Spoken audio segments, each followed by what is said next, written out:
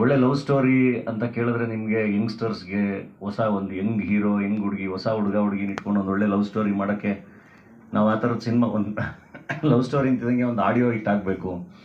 So ಒಳ್ಳೆ audio ಇನ್ನೊಂದು ಮತ್ತೊಂದು ಹಾಗೆಲ್ಲ ಏನೋ ಒಂದು ಪ್ಯಾಕೇಜ್ ಆದಾಗ ಎಲ್ಲದೂ ಕೂಡಿದಾಗ ಡೆಫಿನೆಟ್ಲಿ ಅದು ಕೂಡ ಆಗುತ್ತೆ. ಥಿಯೇಟ್ರಿಗೆ ಬರ್ತಾರೆ ಜನ. ಆ್ಯಂಡ್ ಓ ಟಿ ಟಿ ಅದು ಇನ್ನೊಂದು ಇದು ಅದು ಓ ಟಿ ಟಿಗೆ ಅಂತಲೇ ಸಿನಿಮಾ. ಈಗ ಪ್ರದೀಪ್ ಅಲ್ಲಿ ಮಾತಾಡ್ಬೇಕಾದ್ರೆ ಹೇಳ್ತಾ ಇದ್ರು, ಇವಾಗ ಸೌಂಡ್ ಡಿಸೈನು ಎಲ್ಲದೂ ಅಥವಾ ನಾವು ಏನೇನು ಇದಕ್ಕೆ ಪ್ಲ್ಯಾನ್ ಮಾಡಿರೋದು ಎಲ್ಲದೂ ನಾವು ಸ್ಮಾಲ್ ಸ್ಕ್ರೀನ್ಗೆ ಮೊಬೈಲ್ಗೆ ಅಂತಲೇ ಪ್ಲ್ಯಾನ್ ಮಾಡಿದ್ರು, ಬಟ್ ಬಿಗ್ ಸ್ಕ್ರೀನಲ್ಲೂ ಭಾಳ ಚೆನ್ನಾಗಿ ಎಂಜಾಯ್ ಮಾಡ್ತಾ ಇದ್ದಾರೆ ಅಂತ.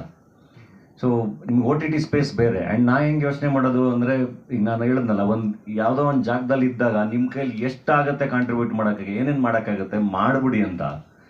ಸೊ ಈಗ ZEE5 ಥರದ್ದು ಒಂದು ಸಂಸ್ಥೆ ಜೊತೆ ಡಾಲಿ ಪಿಕ್ಚರ್ಸು ಕೈ ಜೋಡಿಸಿ ಒಂದಿಷ್ಟು ಏನೋ ಈ ಥರದ್ದು ಒಂದಿಷ್ಟು ಕೆಲಸಗಳಾಗಿ ಅದರಲ್ಲಿ 100 ಜನ ಕೆಲಸ ಮಾಡ್ತಾರೆ, ಅವ್ರಿಗೆಲ್ಲ ಒಂದು ವೇದಿಕೆ ಸಿಗುತ್ತೆ ಅಂದರೆ ಬ್ಯೂಟಿಫುಲ್ ಅಲ್ವಾ ಅದು. ಶ್ರೀನಿಧಿ ಥರ ಯಂಗ್ ಡೈರೆಕ್ಟರ್ಸು, ಅಷ್ಟು ಜನ ಡೈರೆಕ್ಷನ್ ಡಿಪಾರ್ಟ್ಮೆಂಟ್ ಹುಡುಗರು, ಅಷ್ಟು ಜನ ಕಲಾವಿದರು.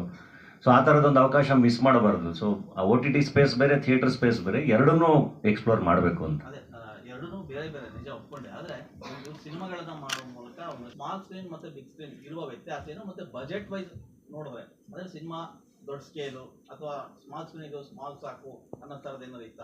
ಆಗಲಿ ನೀವು ಮಾತಾಡುವಾಗ ಅವ್ರ ಬಜೆಟ್ ಹೇಳ್ಬಿಡಿ ಅಂದರು, ಅದಕ್ಕೆ ಸ್ಟಾರ್ಟಿಂಗ್ ಒಂದು ಡಿಸ್ಕಷನ್ ಬಗ್ಗೆ ಮಾತಾಡ್ತಾ ಇರೋದು. ಬಟ್ ಡೆಫಿನೆಟ್ಲಿ ಬಜೆಟ್ ಅಷ್ಟೇ ಬೇಕಾಗುತ್ತೆ ಎರಡೂ ಕಡೆಗೂ. ಈಗ ನಾವೆಲ್ಲೂ ಕಾಂಪ್ರಮೈಸ್ ಮಾಡ್ಕೊಳಕ್ಕಾಗಲ್ಲ. ಇವಾಗ ನಾವು ಕ್ವಾಲಿಟಿ ಕೊಡಲಿಲ್ಲ ಅಂದರೆ ನಾವು ಓ ಟಿ ಟಿಲೂ ಕೂಡ ಪ್ರೇಕ್ಷಕ ಅದನ್ನು ಕನ್ಸ್ಯೂಮ್ ಮಾಡಲ್ಲ. ಸೊ ನಾವೇನು ಮಾಡಿದ್ರೂ ಕ್ವಾಲಿಟಿ ಮೇಂಟೈನ್ ಮಾಡಲೇಬೇಕು. ಸೊ ಬಜೆಟು ಕೂಡ ಬೇಕಾಗುತ್ತೆ.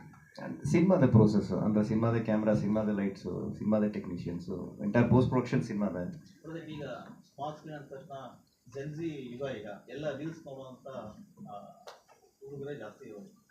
ಇಂಥ ಟೈಮಲ್ಲಿ ವೆಬ್ ಸೀರೀಸ್ನ ಎಲ್ಲ ವರ್ಗದವ್ರು ನೋಡ್ತಾರೆ ಅನ್ನೋದು ಹೇಗೆ ನೀವು ಮಾಡೋದು? ನಿಮ್ಗೊಂದು ಸಣ್ಣ ಎಕ್ಸಾಂಪಲ್ ಕೊಡ್ತೀನಿ. ಮೊದಲನೇ ವೆಬ್ ಸೀರೀಸ್ ಮಾಡಿದಾಗ ಈ smart T V, connected T V ಅನ್ನೋಂಥದ್ದು ಹೊಸ ಕಾನ್ಸೆಪ್ಟು. ಯಾರೇ ಟಿ ವಿ ತೊಗೊಂಡ್ರು ಕೂಡ ಅದ್ರಲ್ಲಿ ಓ ಟಿ ಟಿ ಪ್ಲಾಟ್ಫಾರ್ಮ್ ಇದೆಯಾ ಅಂತ ಚೆಕ್ ಮಾಡ್ತೀವಿ. ಇವತ್ತು ರಿಮೋಟಲ್ಲಿ ಬಟನ್ ಒತ್ತಿದ ತಕ್ಷಣ ಬರಬೇಕೀಗ ಆ ಥರದ್ದು ಟಿ ವಿನೇ ತೊಗೊಳ್ಳೋವಂಥದ್ದು. ಸೊ ಈ ಥರದ್ದು ನಾವು ಇನಿಷಿಯಲಿ ಅಯ್ಯನ ಮನೆ ಮಾಡಿದಾಗ ಏನು ಪರ್ಸೆಂಟೇಜ್ ಇತ್ತು, ಇಮಿಡಿಯೇಟ್ ಅದರ ನೆಕ್ಸ್ಟ್ ವೆಬ್ ಸೀರೀಸ್ ಮಾಡಿದಾಗ ಆ ಪರ್ಸೆಂಟೇಜ್ 3 ಆಗಿತ್ತು. ಅಂದರೆ ಒಂದು ಕನೆಕ್ಟೆಡ್ ಟಿ ವಿನಲ್ಲಿ ಫ್ಯಾಮಿಲಿ ಎಲ್ಲ ಒಟ್ಟು ಕೂತು ವೆಬ್ ಸೀರೀಸ್ ನೋಡ್ತಿರೋರ ಸಂಖ್ಯೆ ದಿನೇ ಜಾಸ್ತಿ ಆಗ್ತದೆ. ಸೊ ಅದು ಕನೆಕ್ಟೆಡ್ ಟಿ ವಿ ಫಾರ್ಮ್ಯಾಟ್. ಅದು ಅದಕ್ಕೆ ಕ್ಲೀನಾಗಿ ಇಟ್ಟಿದ್ದೀವಿ. ಓ ಟಿ ಟಿ ಅಂದಿದ ತಕ್ಷಣ ಏನು ಬೇಕಾದ್ರೂ ಮಾಡ್ಬೋದು, ಓ ಟಿ ಟಿ ಅಂದಿದ ತಕ್ಷಣ ಲಿಮಿಟೇಷನ್ಸ್ ಕ್ರಾಸ್ ಮಾಡ್ಬೋದು, ಅದಲ್ಲ. ಸೊ ಎಸ್ಪೆಷಲಿ ನಮ್ಮದು ಕನ್ನಡ ಸೆನ್ಸಿಬಿಲಿಟೀಸ್ನ ಏನು ಇಟ್ಕೊಂಡು ಆ್ಯಂಡ್ ಎಲ್ಲ ಆರ್ಟಿಸ್ಟ್ಗಳನ್ನ ಎಷ್ಟು ಚೆನ್ನಾಗಿ ತೋರಿಸ್ಬಹುದು ಆ್ಯಂಡ್ ಎಷ್ಟು ಒಂದು ಬ್ರ್ಯಾಕೆಟ್ ಒಳಗಡೆ ಅದನ್ನು ವಿಷಯಗಳನ್ನ ಹೇಳ್ಬೋದು, ಆ ಥರದ ಪ್ರಯತ್ನಗಳಲ್ಲಿ ಮಾಡ್ತಿದ್ದೀವಿ. ಆ್ಯಂಡ್ ಆಗಲೇ ನೀವು ಕೇಳಿದ ಕ್ವೆಶನ್ನು, ಓ ಟಿ ಟಿ ಮತ್ತು ಸಿನಿಮಾ ಮಾಡಿದಾಗ ಇದು ಬಂದಮೇಲೆ ಅದೇನಾದರೂ ಅಫೆಕ್ಟ್ ಆಗುತ್ತಾ ಅನ್ನೋ ಥರದ್ದು. ಎಫೆಕ್ಟ್ ಅಂತಲ್ಲ,